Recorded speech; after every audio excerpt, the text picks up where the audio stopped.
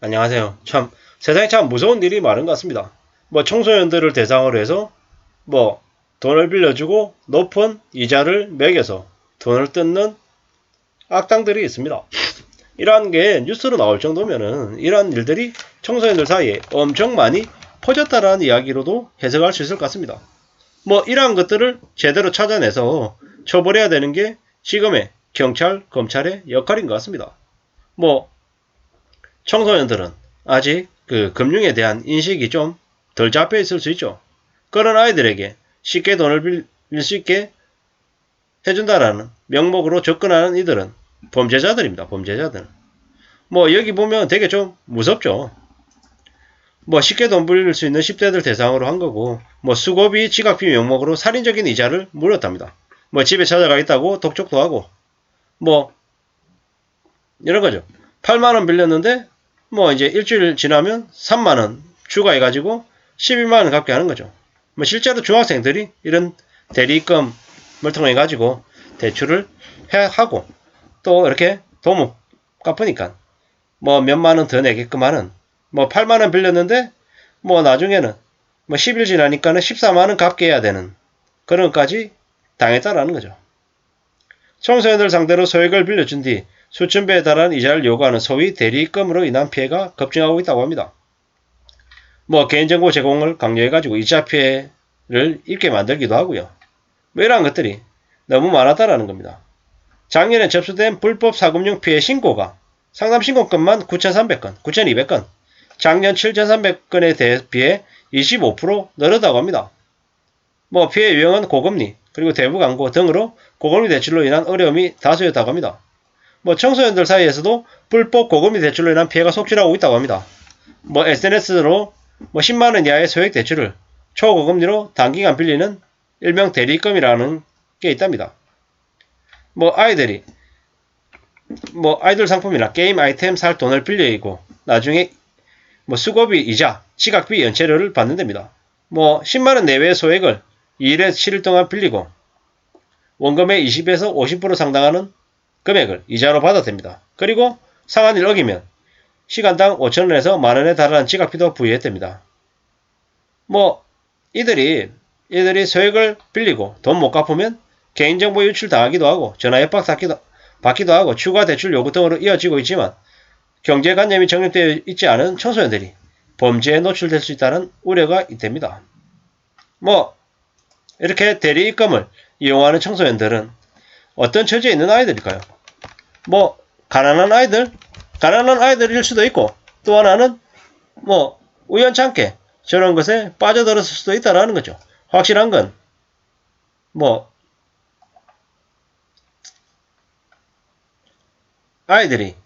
청소년들이 저런 위험성을 알면서도 유혹을 뿌리치지 못하고 있다라는 그 현실을 좀 잘 볼 필요가 있다라는 거죠.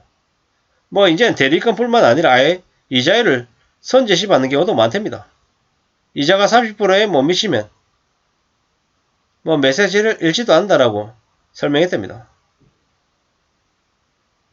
참 별게 다 있는 거죠.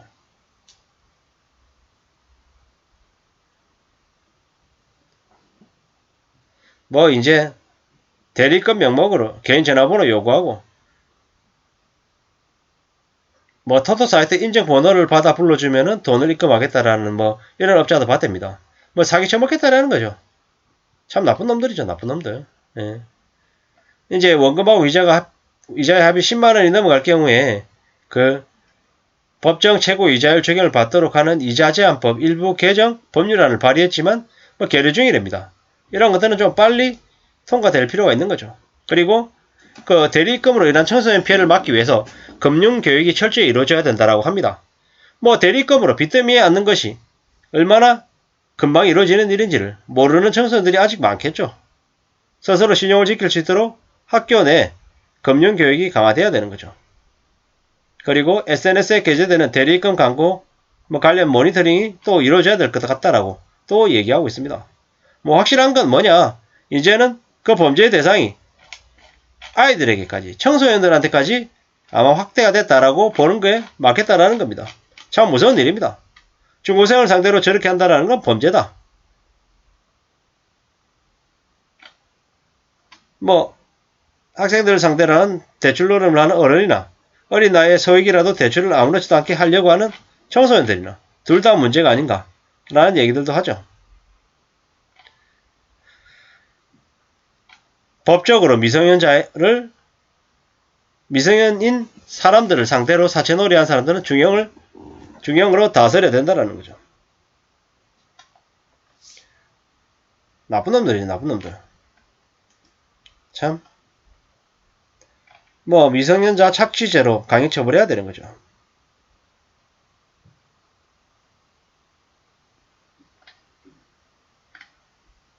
참 어처구니 없는 일인 거죠.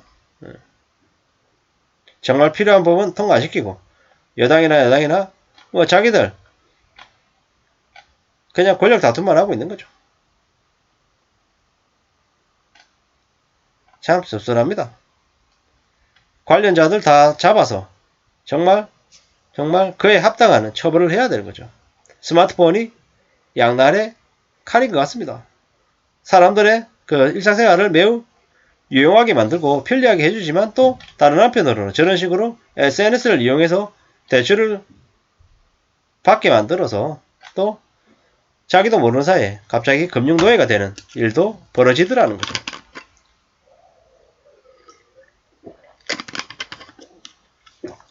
절대로 돈 빌리는 게 쉬운 게 아님을 알아야 됩니다. 뭐 저런 10대들이 나중에 20대가 되고 30대가 되면 또 연끌하고 비투해서 또 경제적으로 또 몰락가는 경우가 또 생기지 않나 뭐 이런 생각들도 좀 해보는 거죠. 뭐 저렇게 청소년 여자아이들에게 돈 빌려주고 나중에는 좀 끔찍한 범죄로도 동원되는 게 아닌가 뭐 이런 생각들도 하는 거죠. 아이들을 데리고 장난치는 것들은 정말 그에 합당한 처벌을 해줘야 된다라는 생각을 해봅니다. 참 많은 생각들을 하죠. 저런 것들이 좀 바로 잡혀야 될 것 같습니다. 그래야지 우리 사회가 조금이라도 안전해지지 않겠습니까? 뭐 나중에 커서 절대로 인생 망가지지 않겠고 사채 쓰지 말고 대출하지 말고 착실하게 성실하게 자기 돈을 모아서 자기 돈을 써야 되는 겁니다. 돈이 무섭다는 걸 깨달아야 됩니다.